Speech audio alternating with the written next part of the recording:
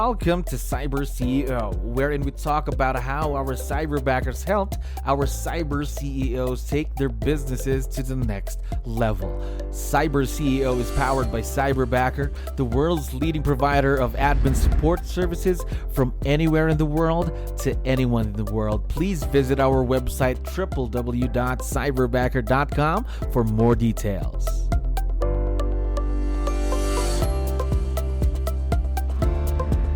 Right, another awesome day here at Cyberbacker. We're back with another episode of CyberCEO. My name is Jello. I am your host. We are very lucky to have a very special guest today. Amy, how are you doing? I'm good. Thanks for having me. Of course, we appreciate your time. We know you're very busy. Now, for the benefit of everyone who's listening and watching us, of course, can you tell us something about yourself, Amy? Sure. I sell real estate through Keller Williams here in Salem, Oregon, the capital of Oregon. And I've been selling real estate for about 30 years, and I do work with a team. So, Wow, 30 years in the real estate business, am I right? yes, Wow, that's a lot of years. And now in your business, I know that for a fact that you have cyberbackers supporting you and your team, correct? yes, that's correct. How long have you been working with your cyberbackers? I think this coming spring it'll be 3 years. Wow, 3 years with your Yeah. cyberbackers. Now, was this your first time working with a team remotely, or not really? No, I've had other I do have another virtual assistant. I have had other virtual assistants Hmm. kind of in the same format as Cyberbacker, just not the same quality level. Oh, now, as you mentioned it, not the same quality level. Can you tell us what are the differences between a cyberbacker and a typical virtual assistant?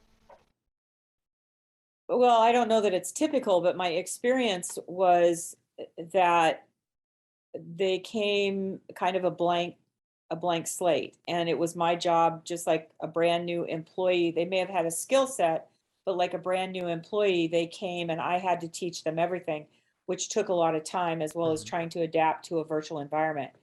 The difference with Cyberbacker, though, is that these backers come trained, and they come trained in the Keller Williams way. They come with experience. Um, and I think there's been a good deal of care taken to address the issues of how proficient are they in English. Hmm. Not that they're perfect, and that's part of what we work on as a team. Um, how proficient are they? How thick is the accent? So those things have been addressed. Those were the concerns that I had in other experiences. Oh, okay, gotcha, gotcha. Now, you have two cyberbackers right now. What can you tell me about them? Maybe personality-wise, the interaction every day or every week? Yeah, one of the things I think this touches on a question you probably will have. One of the things that Hmm. I believe helps agents be successful with their cyberbacker is when you treat them like any other team member. So I have JJ, who is, we consider her the lead cyberbacker, and JJ is a go-getter. One of the things I've shared with a lot of people is it's certainly nice to work with people who are very grateful for their jobs. And so JJ certainly goes above and beyond. And then we have working with her Earl, and Earl is more soft spoken, a very gentle spirit.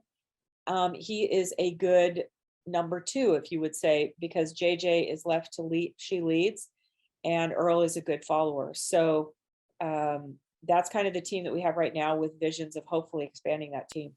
That's very exciting. Again, expanding your cyberbacker team over there. Now, you already mentioned it earlier, making your cyberbackers feel like they are part of the team. But aside from that, what makes this type of a relationship work? What makes it a successful partnership, Amy? Well, um, I think, anytime you have a relationship, they go sideways when you have a mismatch of expectations. So many agents will hire a cyberbacker and expect that they're going to have immediate results. And we use our cyberbackers as ISAs. And so what we recognize is that they were working the leads that took the longest to nurture. They're working internet leads, those inbound leads. They're working those leads, not warm leads, very icy leads, and then also circle dialing. So we did not expect to see, and my advice to other agents is that don't expect a big return for 6 to 9 months. Because it takes about 15 to 18 months to nurture any internet lead. You have to allow them the opportunity to fill their pipeline, Hmm. just like you would with a new agent. So we anticipated a very long lead up. And so, I appreciated that the interview process with Cyberbacker was very thorough. So we knew we had a winner when we got JJ, we had a winner when we had Earl, and then we have allowed them to fill their bucket. Also, part of our stand up every day is script practice. And so we bring our cyberbackers in to our stand up for two reasons. Now you would think, hey, they're missing out on a half an hour Hmm. of call time, right? But we think that's important for them to be able to be part of our discussion. First of all, we reinforce our goals and where we are towards the goal. Secondly, though, they're getting to listen to us speak as native speakers. So they're able to hear our dialect and our inflections and begin to Hmm. model that.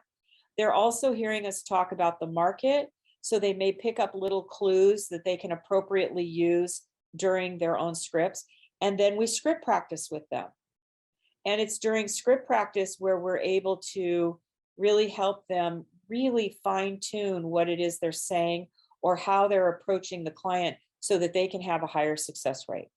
I think in their role, that script practice is a key part, of course, of them growing as well, because there could be different objections every day, every hour when they call, right? So that script practice, I think, is something that would be able to make their skills become better every day.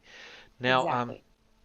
how much additional, let's say, transactions have they made you and your team ever since they started working with you? Again, it's been 3 years. Well, I can tell you the Hmm. last year. I can't tell you the first Hmm. year because, like I said, that was a ramp up year. Hmm. Last year, they were responsible for 20% of our transactions.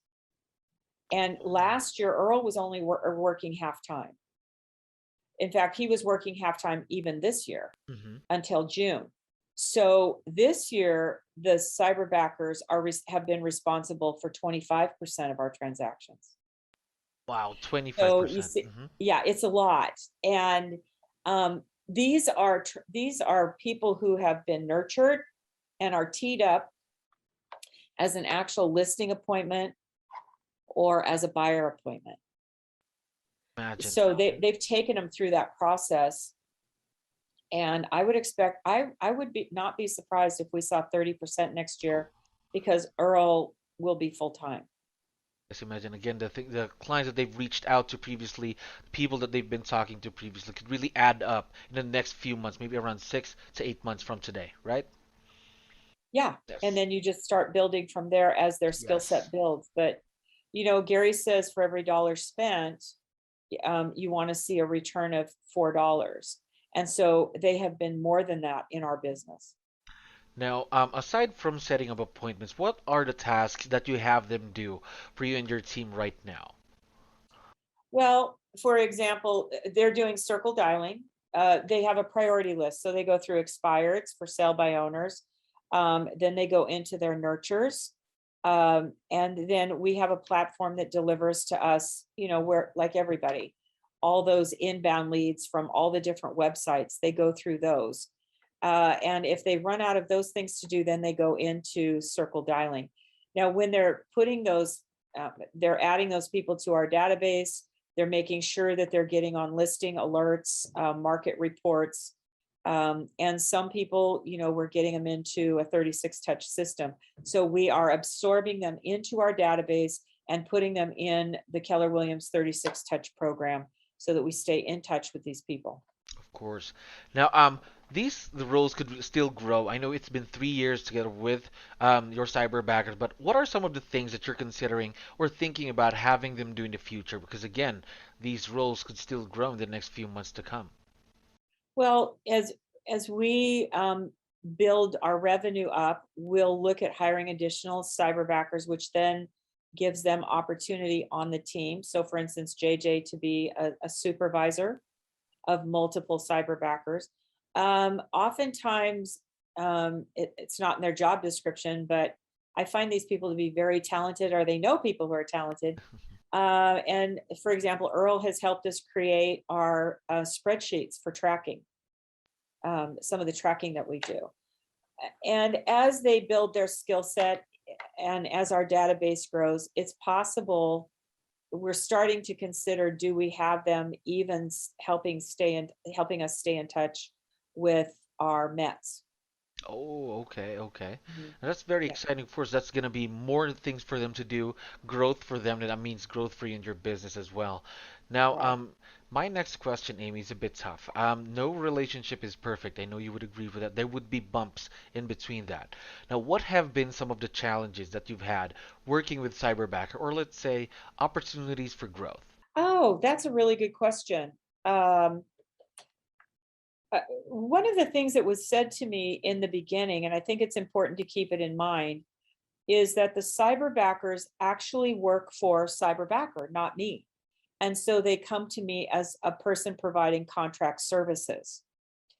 Um, so there's a bit of a delicate balance, a fine line that you have to walk. And sometimes that comes into conflict. And so, we have a client care person that we talk to, and we're trying to balance that. Sometimes, and I think it's fair to say, I don't think Craig would be upset if I said this. I also am the customer, so I know you guys are trying to keep me happy. Hmm. Okay. And so sometimes we have to talk about, let's say, a script that they've been provided does not work in our area. And so we'll review that script, and it's like, I don't want to do that script. I don't want that. I think another challenge that is just to be aware of is there are opportunities for the cyberbackers in Cyberbacker. And so we always just have to keep in mind, as I like to say in my business, you can't kill the golden goose. Yes, If you're not producing the leads for the person you're contracted to, your main opportunity goes away. So we have to be sure that we're not overextending of ourselves course. in extracurricular things, so that we're not taking care of the golden goose, which is the ISA role on our team. Of course. Yeah. Now, one last question, Amy. There are a lot of people right now listening who are also business owners and they're still having second thoughts in hiring a cyberbacker. What advice would you be able to give them? The advice that I would give them is have 6 to 9 months of their salary put away, and don't expect deals. Really, for all of us, deals go back to the activities. Set your standards for the activities. And this was actually kind of a challenge. We started with appointments. And we knew, well, if we want 10 listings, we need 20 appointments. Go give me 20 Yes. appointments. Well, you guys are so ready to please that there was 20 appointments, but they weren't quality appointments. So we had to say, okay, wait a minute. Let's focus on what we want to have happen. Yes, we want appointments, but they have to show up. They have to be a qualified appointment, ready to buy, ready to sell. So let's go back and let's do the activities. Make sure that you're doing the activities. So have you set your cyberbacker up? Do they know how many calls it should take before you get an appointment? And are you showing them where they can get, what lists do you want them calling from? What are the resources that you're providing so that they have people to call to get those appointments? And then congratulating them on, like, giving them credit for that listing that you took, and that, giving them feedback. Like, literally every day I talk to my cyberbacker, you had this appointment, what happened? Okay. So make sure you're giving them feedback so that they get those strokes, and know that they're doing a good job, so that they can continue to do more of that. And then taking a look at rewarding what it is you want, which is a closing. Of course, again, they're trying to build that relationship as well, making that, let's say, relationship with your cyberbacker stronger by giving feedback as well. Again, that's going to be a plus on their skills as well, right? Right.